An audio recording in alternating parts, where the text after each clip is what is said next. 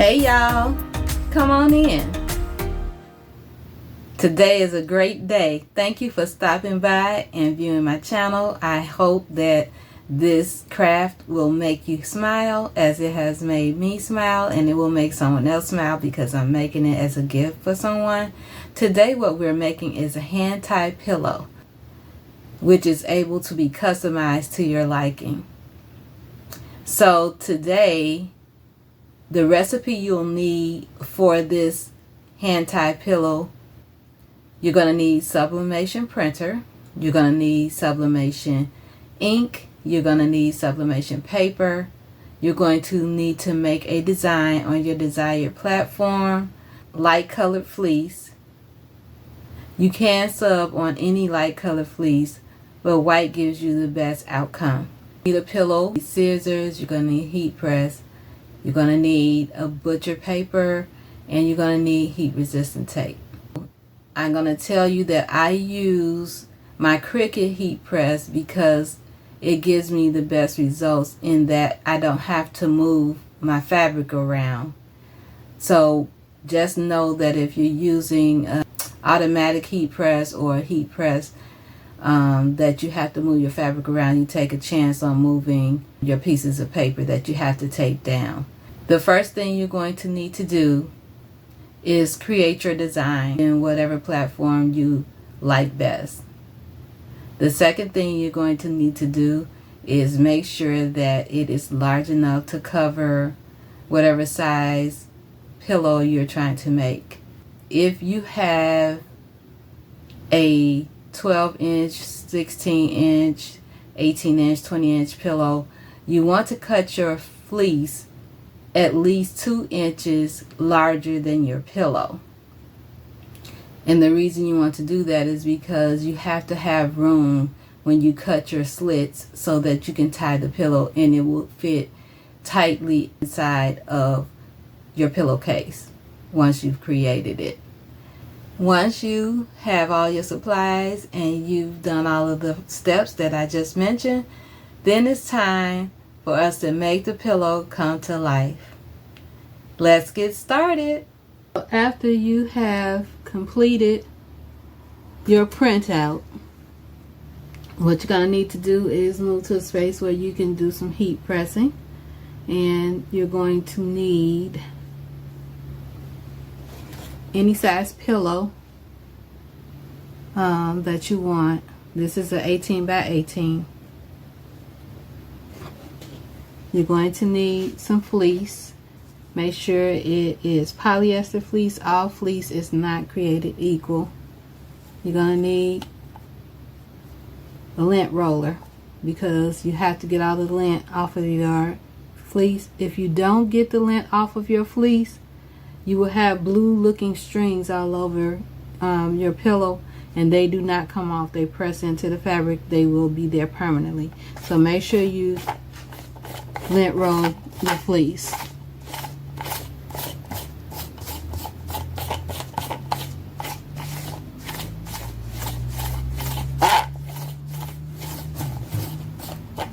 The next thing you're going to do is grab your prints and you're going to place them onto the fleece just the way you want it. But before I do that, I am going to press a center mark. I usually use one side fabric that is already pre-printed that I purchased, and then I use a light color fabric or white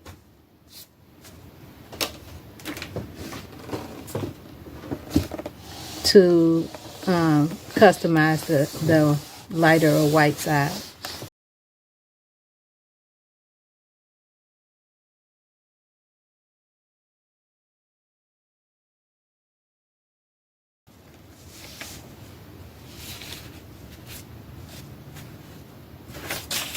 Now, I'm going to tell you this now. I do this, I know already. Once I start tying this pillow, it is not going to be centered. It just makes me feel better to do this.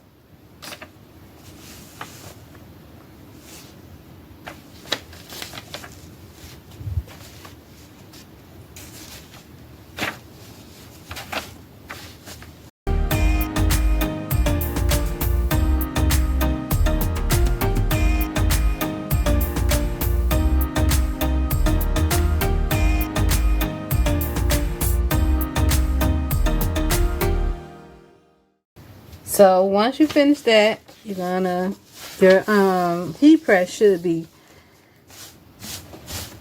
preheated. For me, I'm going to preheat to 360 degrees because I've tested my fabric. I know what temperatures will work.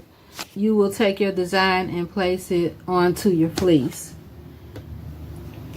The sublimation paper that I'm using is actually, today I'm using HTV Runt, but my favorite paper to use is HS 365. I'll get the correct name because I know I'm not saying it right. I always say it wrong. But that is the absolute, in my opinion, best paper to use. It has no blowout, so you actually don't need a cover paper to go over the back. I use butcher paper, so but you don't. I'm using this for this paper because it is not my normal paper. They also have some absolutely wonderful ink. It's beautiful. Not HTV Runt. I'm not talking about them. I'm talking about Honestly Spinking 365. Again, I'll list it in the description box below. Y'all, please make sure you have your prints facing in the same direction, unless you are intentionally putting one right side up and one the opposite way.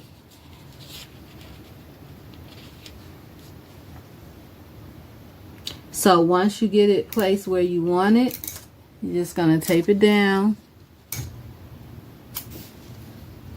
And I'm putting this directly in the middle so that when I'm finished, I'll take these prints, I'll cut them down, I'll tear them down, and I'll tell you why I'm going to tear them later. But I'll tear these down and I'll place them around the edges. And the edges really don't matter because they're going to be tied, but I like to fully print the entire fleece so that it looks nice even though it's tied. So after you've taped it down, you're going to take your parchment paper and cover it up. Now, I get parchment paper from Sam's Club, and the reason I buy it from Sam's Club is because their paper is the largest paper you can get in regards to butcher paper for the least amount of money. Remember, I am crafting on a budget, so I have to get what works for me. If you have a specific place that you like to get your craft or parchment paper from, by all means, please buy it from where you're accustomed to buying it. Do not move your heat press while it's sitting on your paper. Don't slide it. You need to pick it up and put it down. Pick it up and put it down because it will ghost. So my temperature is 360 degrees and my time is 95 seconds. This is the time that I found works best for me for this particular paper.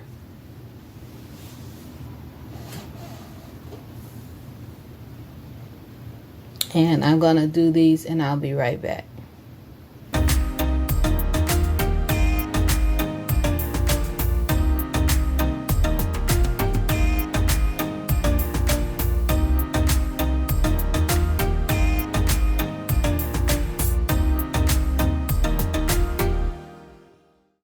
I usually separate my paper just a little bit because when I sit it on there, I don't want it to touch the other page. I don't want it to heat before it's time for it to heat because I don't want it to get any ghosting and I don't want it to overpress. You guys see this weight on top of here? That is because I wanted to have even pressure, so I just use a 3-pound weight to add the extra pressure to keep me from having to hold it down.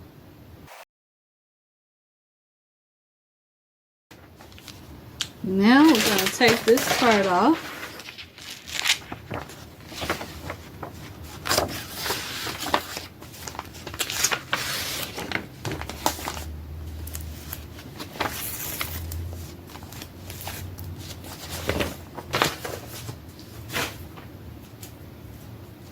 And it came out really pretty.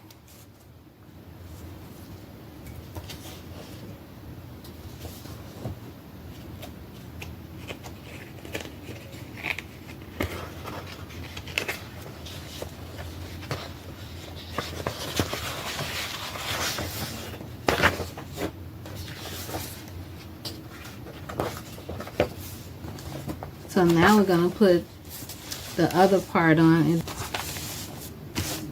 And because I set this to the side, it's possible that it may have caught a little more lint. I'm going to lint roll just to be on the safe side.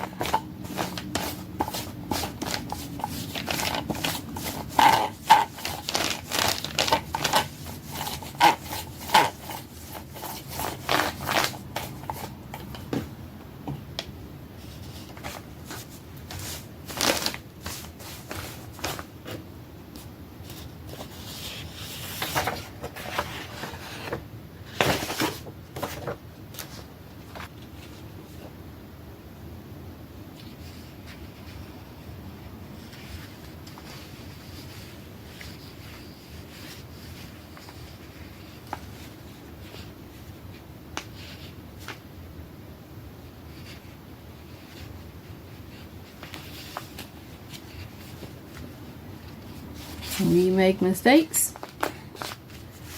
We make lemonade out of lemons. And that's what I'm gonna do. Okay, do this a little different.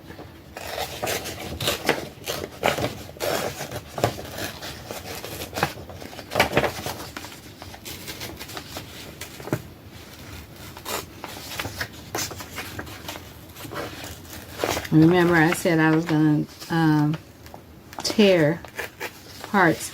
That's because when we put sublimation on felt or any fabric, the harsh edges tend to stay once you press the sublimation onto the fabric. So I don't remember who I got this tip from, but when you tear it like jagged edges, the lines aren't as harsh.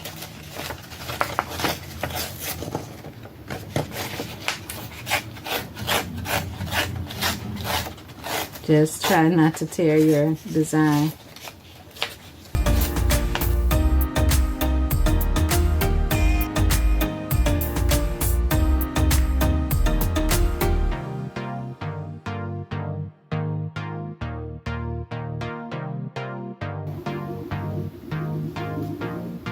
I'm putting the finishing touches on this pillow.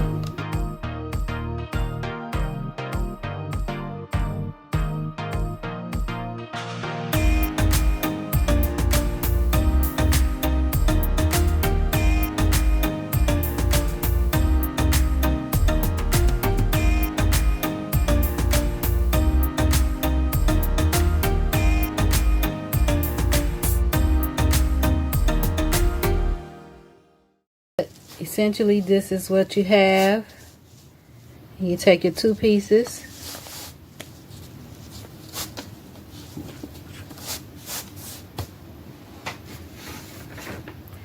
put them together.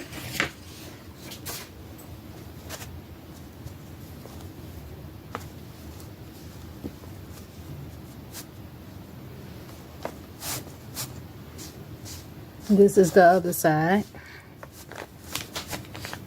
You put them together. Now this is how I cut my corners off.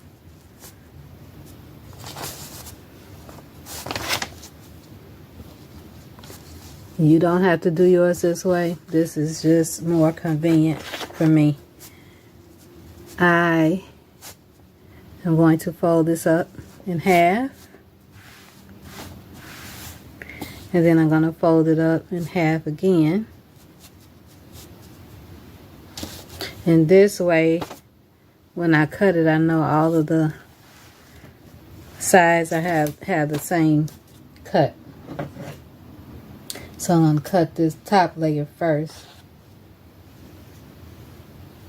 I could cut all four, but let me show you. When you fold this, the ends don't quite meet. So when you lay it down, you can't see that, and it gets away from you. Or it gets uneven, I should say.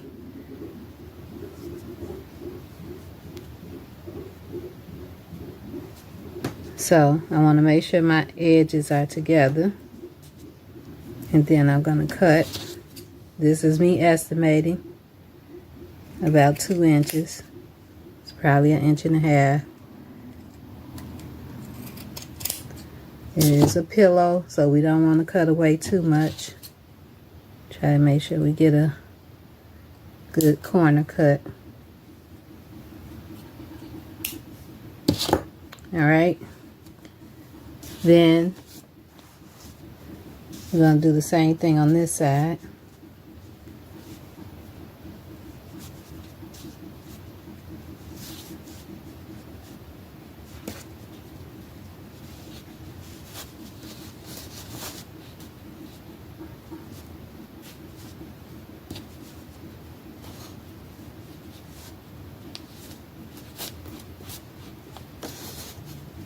And we're just going to follow this cut here.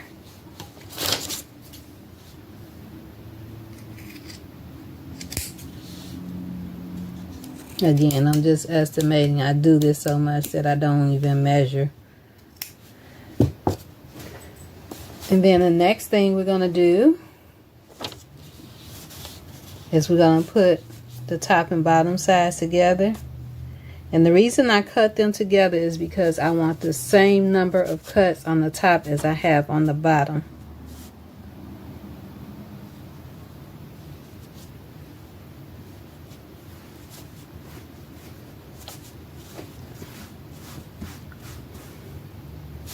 And I know this probably looks a little unorthodox to people who do this, but trust me, when I do it this way,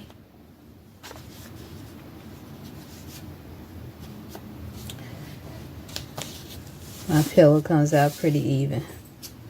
So the key is, though, to make sure that your inside pieces are matching the outside edges. So they should be meeting like that. And then sit it on top. Is it going to be perfect? Absolutely not. Is it going to be workable? Absolutely. And again, I've done this so much, so I can't tell you exactly how wide this is. It's my finger width.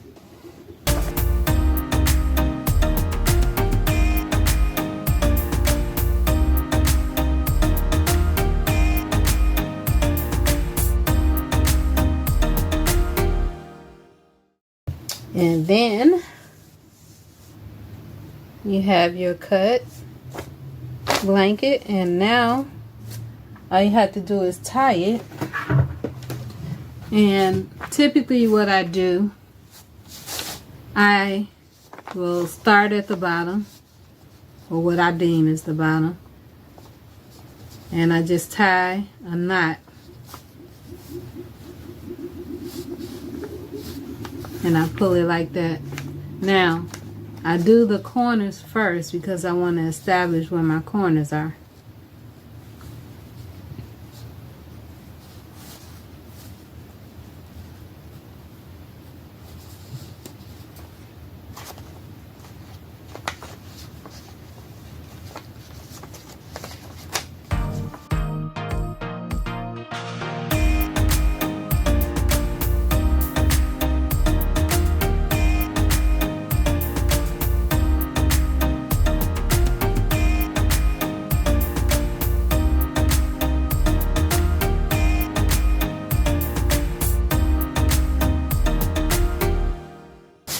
because all of the cuts may not necessarily have gone all the way through. If I find that one side is a little shorter than the other, I just go back through with my scissors and snip it a little bit. Other than that, just tying the blanket. So I'll tie this up and I'll be back. Okay, now I need to slip the pillow in.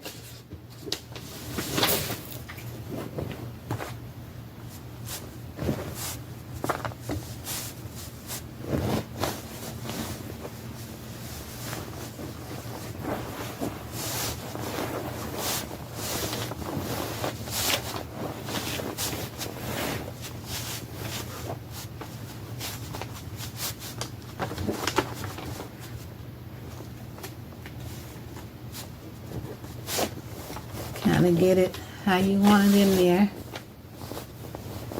Make sure your corners are down in the pocket. And then all you're gonna do is you're gonna sit it up. You're gonna sit it up like this, or sit it up in your lap, which I'm gonna do. And then you're gonna tie them closed. And I'll be back to show you the finished product. Alrighty, here's the finished product.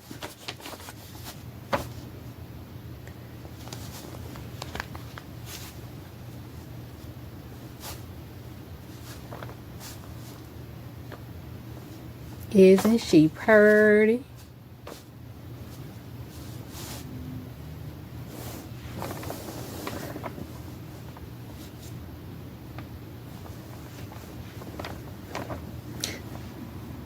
Outside of some minor imperfections, I think it's really pretty.